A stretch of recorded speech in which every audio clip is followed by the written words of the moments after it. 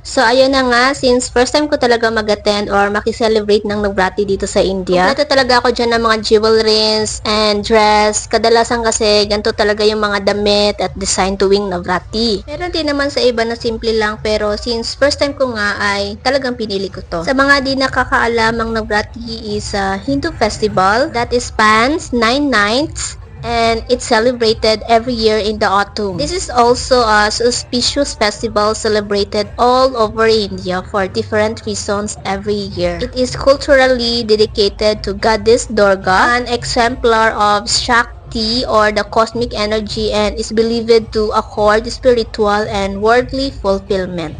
So more on, ginagawa sa Navratri ay ang mga Hindu married na mga babae ay nagpa-fasting sila. May mga ibang Pilipina din na nagpa-fasting dito sa India. Pero since yung family ko dito ay hindi naman nila ako pino-force sa mga bagay, so hindi ako nagpa-fasting. Mga sister-in-law ko, yung si Bobby at yung mama ko dito ay talagang nagpa-fasting sila for 9 days. Ang iba naman ay 3 days, ganyan. So depende talaga sa kanila. And since 9 days talaga ang celebrating ng Navratri, so sa 9 days na yan, araw-araw talaga may sayawan, private or public.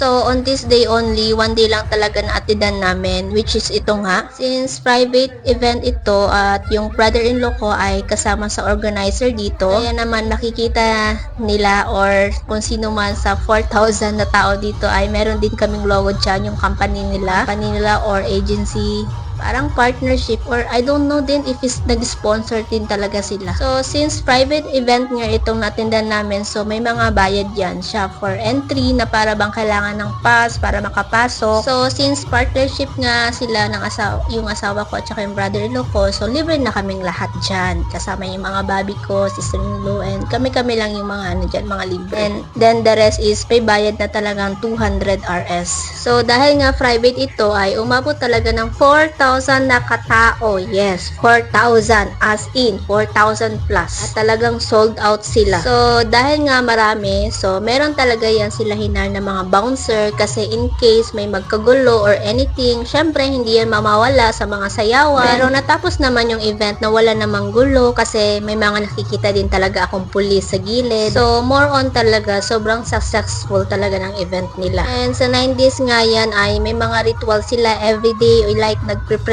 So, more on hindi ko din talaga alam since yung mother-in-law ko talaga yung gumagawa. Like, yung mama ko talaga yung gumagawa ng mga ganito. So, since malayo sila, so wala din talaga akong idea. So, sa 9 days din nga ay bawal yung mga non-veg, alcohol, violence, mga ganyan, tsaka mga eager, sabi nila. So, sa 9 days ay pure vegetarian ako dyan. And wala naman ako dyan problema since vegetarian din talaga ako dito. So, ayan lang, more on talaga, wala kami dyan pahinga pagkapasok kasi diretso agad sayaw. Ay, nako, kami pa. Hanggang alas 12 talaga ng umaga, ayan, dyan talaga kami sa loob.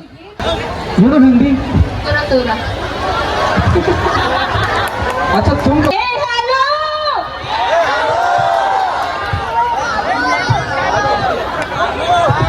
once more, I love India. मतलब say I love India. Tell me please, come on. I love India. देख लो हमारी धमाल दांडी जो संस्कृति हमारे इंडिया की, मुझे लगता है इंटरनेशनल हो चुकी है यार. आज तो जो हमारा देश है ना, जो हम लोग संस्कृति मनाते हैं मैम, समझ में आ रहा, थोड़ा समझ में आता कुछ तुमको. Thank you so much for invite करने का. Thank you so much ma'am, आप इंटरनेशनल यहाँ तक आए तो very very thank you so much. एक बार बोलेंगे, साथ में बोलेंगे मिलकर, भारत माता की, भारत माता की. जोर से बोलो, जोर से बोलो, आवाज नहीं आई. क्या बात है, थैंक यू सो मच. आप सभी का धमाल दांडी 2K25 में तो एक बार चाहूंगा हमारे गेस्ट को एक बार स्वागत किया जाए. और एक बार जोरदार तालियां हमारी इंटरनेशनल फ्रेंड जोरदार वर्मा के लिए हो जाए. हमारी कुछ जोरदार तालियां हो जाए यार. मुझे लगता है ये तालियों की गूंज बाहर तक जानी चाहिए. O, diba, naging center of attraction pa ako dyan. Since guest nila ako dito, ayan nga, tinawag ako papuntang stage. Like, as in, nakakahiya. Ang dami talagang tao. So, bali, dalawa talaga kami ng babi ko dyan kasi nag-request talaga ako na samahan ako. Tapos, konting games like sayaw ng mga Indian moves, ganito, ganyan.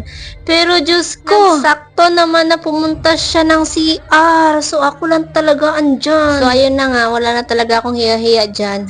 since no choice na. So, habang sayawan nga dyan ay yung iba or ako nga din ay tinanggal ko na din talaga yung sandals ko. So, nilalagay na lang talaga namin sa damuhan yung mga gamit namin at mga tsinelas. Siguro, ito na din talaga yung paborito kong festival dito sa India. Kumbaga sa Pinas ay fiesta sa atin. And sila Bobby nga din ay tinanggal na din nila yung tsinelas para daw happy-happy at saka masaya talaga. And umayon din talaga ang panahon dyan kasi may konting ambon at tuloy-tuloy pa din talaga kami kasi sobrang saya talaga as in. So wala talaga kaming ibang ginawa dyan kundi sumayaw ng sumayaw kahit na may mga free snacks kami dyan dahil sa pass namin ay talagang sinayaw na lang namin.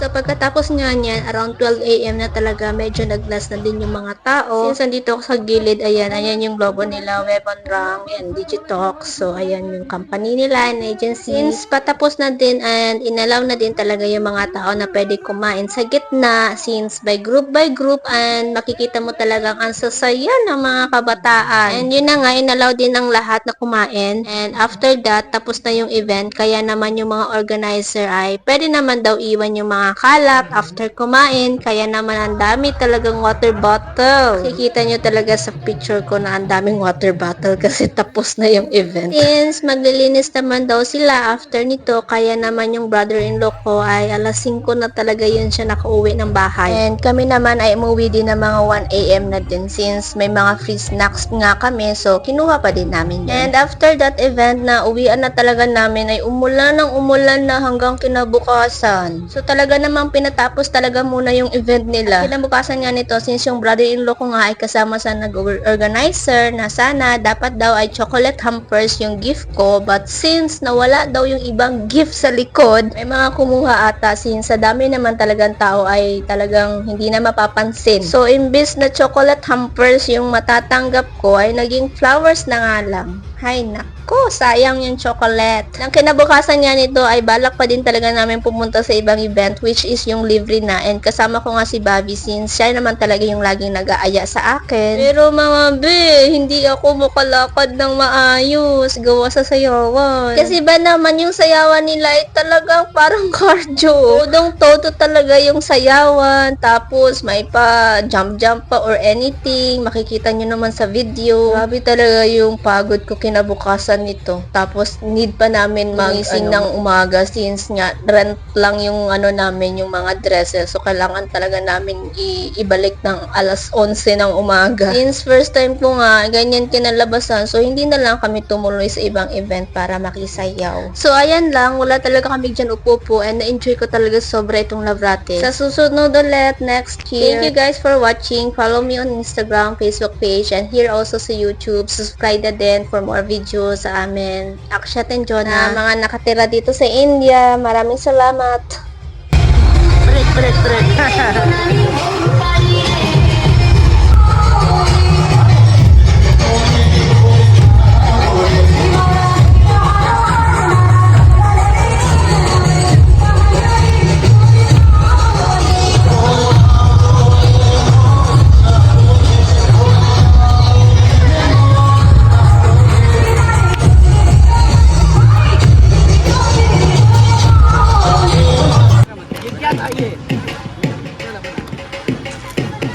Thank you so much, guys. धमाल ताकि 2 के तो घूम जाएगा digital media partner web rank और digital project partner server 10,000. Thank you so much. Signing off. This is your host and Sanjeev. Thank you so much. Thank you so much, guys. Thank you. Bye bye. Take care. Keep it nice. Thank you. Bye bye. Hubog na yan, hubog na. Kaya sumasayaw na. Hubog na. Guys! Thank you so much. Yeah, come on.